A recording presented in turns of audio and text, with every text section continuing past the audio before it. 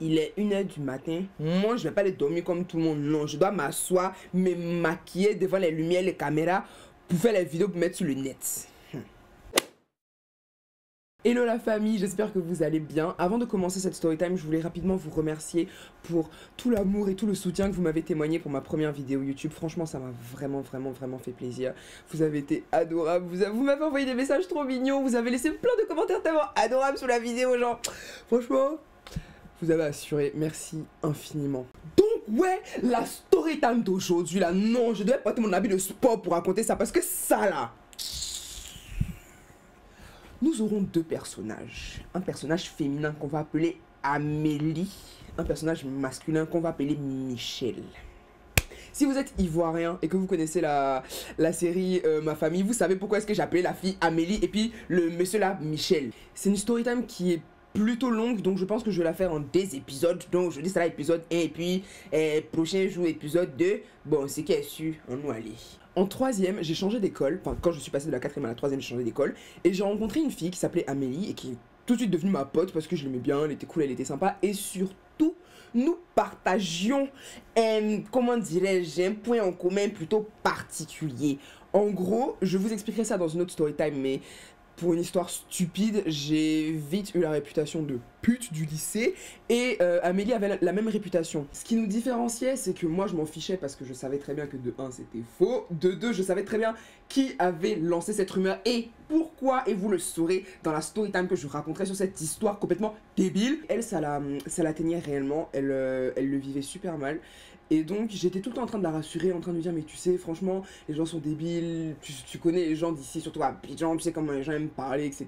Franchement tu sais ce que tu vaux, les gens qui t'aiment, tes amis, ta famille, ils savent tous ce que tu vaux. Donc voilà, t'as pas besoin de t'inquiéter de ce que les gens pensent de toi, etc. En tout cas j'étais tout le temps en train de la réconforter par rapport à ça. Dès que j'entendais des gens mal parler d'elle dans son dos, je prenais tout le temps sa défense. J'étais tout le temps là pour elle, moi Nadjelika, défenseuse de la veuve et de l'orphelin. Si j'avais su, j'allais me taire, j'allais la laisser. À chaque fois que je prenais sa défense, les gens me disaient tout le temps oui mais tu te rends pas compte que Amélie n'arrête pas de te copier, tout ce que tu fais 2 semaines après elle reproduit exactement la même chose. Et quand les gens me disaient ça, je disais non franchement vous êtes malade, c'est juste que voilà vous l'aimez pas, je sais même pas pourquoi vous l'aimez pas. Amélie c'est une fille bien, elle est super sympa et tout, franchement c'est une bonne amie et tout. Et quand j'y repense même ça m'énerve tellement. Et en fait, donc, quand les gens m'ont dit ça, j'ai commencé à l'observer. Et en fait, c'était vrai. À cette époque, je me cherchais vestimentairement parlant. Je me suis jamais trouvé d'ailleurs, j'ai juste abandonné. Mais à l'époque, je me cherchais. Et du coup, ouais, je sentais un peu les phases. De toute façon, ils mettaient les maquillages un peu colorés, les mèches. En plus, à cette époque, je me teignais les cheveux parce que j'étais pas encore nappy, natural. Et au bout d'un moment, je me suis rendu compte qu'en fait, c'était vrai. C'est-à-dire que, par exemple, je sais pas, si demain je vais en cours avec du fard à paupières bleu, dans 2 semaines, Amélie va débarquer avec du fard à paupières bleu. Si je fais des tresses rouges Bordeaux, 2 semaines après, elle va débarquer avec des tresses rouges Bordeaux. Si je m'achète, je sais pas, des Converse montantes vertes fluo, 2 semaines après, elle va les avoir. C'était un truc de malade et je me suis dit, bon, c'est pas très grave, je peux pas lui en vouloir. Je veux dire, bon voilà, j'ai envie de te dire à un moment donné, Amélie, bon, ok, t'as envie de me ressembler, d'accord? Si j'avais su jusqu'où son affaire de ressemblance là allait aller, j'allais la bloquer vite.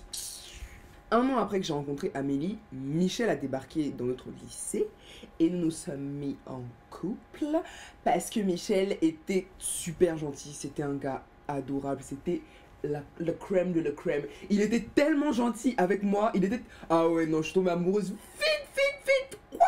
Oh, mon affaire de Michel quoi, non, tu pouvais pas. Quoi? Oh. Bref, et donc Michel et moi on est restés ensemble pendant 1 an, on était fous l'un de l'autre. La vérité, je vous parle sérieusement, sincèrement, du plus profond de mon âme, de mon cœur, je pensais réellement que c'était l'homme de ma vie, je pensais vraiment que j'allais faire ma vie avec Michel, je pensais que ça allait être le père de mes enfants, je pensais que on allait avoir une vie heureuse ensemble toute notre vie, et je ne m'attendais absolument pas à ce que je vais vous raconter maintenant.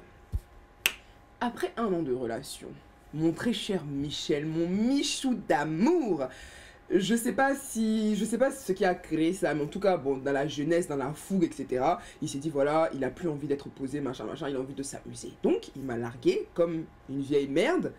Et Et il a commencé à s'amuser, machin, à coucher avec d'autres filles, du lycée évidemment, parce que oui, Abidjan, c'est pas assez grand. Il fallait qu'il mougousse les go de l'école pour que les go là puissent me regarder comme si c'est moi, j'ai volé le gars. Le truc, c'est que j'ai super mal vécu notre séparation. Et en gros, pendant le premier mois de notre rupture, j'ai perdu 12 kilos. J'ai perdu 12 kilos en un mois. J'étais squelettique. Je me souviens qu'à l'époque, les infirmières de l'école m'avaient fait appeler. Elles m'avaient fait subir tout un interrogatoire pour savoir si, en gros, si j'avais le sida, tellement j'étais mal en point, j'étais vraiment pitoyable. Bref, et ma copine Amélie, vu que c'était ma pote et que je prenais tout le temps sa défense, j'étais tout le temps là pour elle quand elle avait des petits coups de barre, machin, machin. Je lui disais, oui, t'es pas une pute, t'inquiète pas, machin, machin, t'es une fille bien. Amélie est venue me voir. Elle m'a dit, ah Nadjelika, franchement j'ai entendu ce qui s'est passé avec Michel. Franchement ça me fait beaucoup de peine pour toi. En plus j'ai vu que tu as perdu beaucoup de poids. Tu sais si ça va pas je suis là, on peut en parler. Et je sais que vous allez finir par vous remettre ensemble. Et voilà, et je suis ton amie.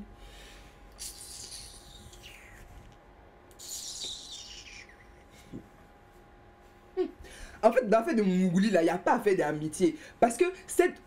En fait, elle savait ce qu'elle voulait. Elle savait ce qu'elle voulait. Elle a obtenu ce qu'elle voulait. Au bout d'un certain moment, Michel et moi, on a fini par se remettre ensemble. Genre, on est restés séparés, je sais pas, 2-3 mois. Et on s'est remis ensemble. Et un week-end, Michel est venu dormir chez moi, vu que bon, c'était redevenu mon bébou. Donc il est venu chez moi et il avait un problème de connexion chez lui. Et donc il s'est connecté sur Facebook sur mon ordinateur. Et en fait, quand il s'est connecté, j'étais en train de lui faire des petits câlins et tout. Je regardais pas ses messages. Et en fait, il défilait dans ses inbox et tout. Et puis, il y a un nom qui a attiré mon attention. Puis je regarde, je vois que c'est Amélie. Je lui dis, mais tu connais Amélie ? D'où tu la connais? Parce que le truc c'est que quoi, Amélie là, elle me disait oui, je suis là pour te réconforter, tu peux plaider sur mon épaule, plein, ma pauvre Nadjelika, machin, machin. Même elle m'a jamais dit qu'elle parlait avec lui. Si votre ami, si vous découvrez que votre ami parle avec votre gars, ou bien votre crush, ou bien votre go, ou bien votre je sais pas quoi, et que votre ami ne vous a pas dit, il y a anguille sous roche, il y a éléphant sous caillou. Oh. Donc je lui dis ouais que, mais Amélie, tu la connais d'où? Non, bah, je t'ai dit que je l'ai mougou. J'ai dit, tu dis quoi? Tu l'as quoi? Quoi? Amélie. Amélie. Moi, ma camarade Amélie, tu l'as quoi? Parce qu'en gros, il m'a dit, ouais, je l'ai mougou parce que quand on s'est remis ensemble, on s'est dit, voilà, j'ai géré des bails avec tant, j'ai embrassé tant, il s'est passé telle chose avec telle personne pour pas qu'il y ait d'ambiguïté, voilà. Et apparemment, il m'aurait dit qu'il avait mougou avec Amélie. Sauf que s'il m'avait dit, voilà, j'allais m'en souvenir et elle allait s'en souvenir aussi. Donc, quand j'ai compris que c'était ma Amélie, et ça, je sais pas si c'est un stéréotype ou quoi, mais moi je crois que c'est un truc de femme noire, genre vraiment. J'ai jeté tout ce qui était autour de moi. On était en train de manger. Je lui faisais des câlins et en même temps je mangeais. Oui, bien sûr, je suis multifonction. Qu'est-ce que vous croyez quand même? Alors, bref. Donc j'avais mon plateau, j'ai jeté mon plateau. J'ai pris mes lunettes, j'ai jeté mes lunettes. J'avais un briquet à côté de moi, j'ai jeté le briquet. J'ai pris mes chaussures, j'ai jeté. Regarde. Oh. J'ai regardé, j'ai fait, attends, mais t'es sérieux? T'as couché avec Amélie? Et le truc, c'est que je lui en voulais pas à lui parce qu'il savait pas en fait que c'était ma pote. Il savait que je la connaissais, mais il savait pas que c'était ma pote. Il savait pas quel genre de relation j'entretenais avec elle. Mais elle savait très bien quel genre de relation j'entretenais avec lui. Donc il m'a dit, bah oui, j'ai couché avec elle, etc. Je lui ai dit, mais c'est arrivé de combien de fois? Il m'a dit, bah je sais pas, au moins 3 ou 4 fois. J'ai dit, en plus, non seulement tu mougou mon... Bon, j'avoue, c'était pas vraiment mon gars, mais elle savait très bien que, voilà, je l'aimais toujours, bah elle a vu dans quel état j'étais. Elle savait que j'espérais qu'on se remette ensemble, mais même me disait, j'espère que vous vous les mettrez ensemble. Donc, toi, tu viens... Tu me dis, Nadjelika, pleure sur mon épaule, tu caresses ma chevelure comme ça, ma chevelure bouclée, pour me réconforter. Et puis derrière mon dos, t'as un mou, ouais, mon gars. Et puis, c'est pas pour dire une fois, genre, ouais, on était bourrés, machin, voilà, ce sont des choses qui arrivent et tout. 4 fois! 4 fois! Je dis, j'ai pris mon ordinateur, je l'ai déconnecté, je me suis connecté. J'ai envoyé un message à Amélie. Je lui ai dit, Amélie, je sais ce que tu as fait. Si jamais tu as le culot de me croiser dans les couloirs de l'école, de me regarder, de me dire bonjour, de prononcer mon nom, de respirer mon oxygène, Amélie. Oh, je vais cassé en deux. Elle m'a dit non, franchement Nadjelika, voilà, c'est pour ça que je voulais pas t'en parler, j'avais peur de ta réaction et franchement, je suis vraiment désolée et ça peut te paraître hypocrite, mais quand j'étais avec lui, je lui disais que ce serait vraiment bien que vous vous remettiez ensemble. Donc ça veut dire quoi? Que quand sa bite était dans ta bouche là, tu lui disais oui, franchement, je pense que tu devrais te remettre avec Nadjelika. Ça veut dire quoi? Oh. Donc elle m'a fait tout un discours comme ça et après elle m'a dit est-ce que tu me détestes? Et je lui ai dit non. Elle m'a dit est-ce qu'on est toujours amis?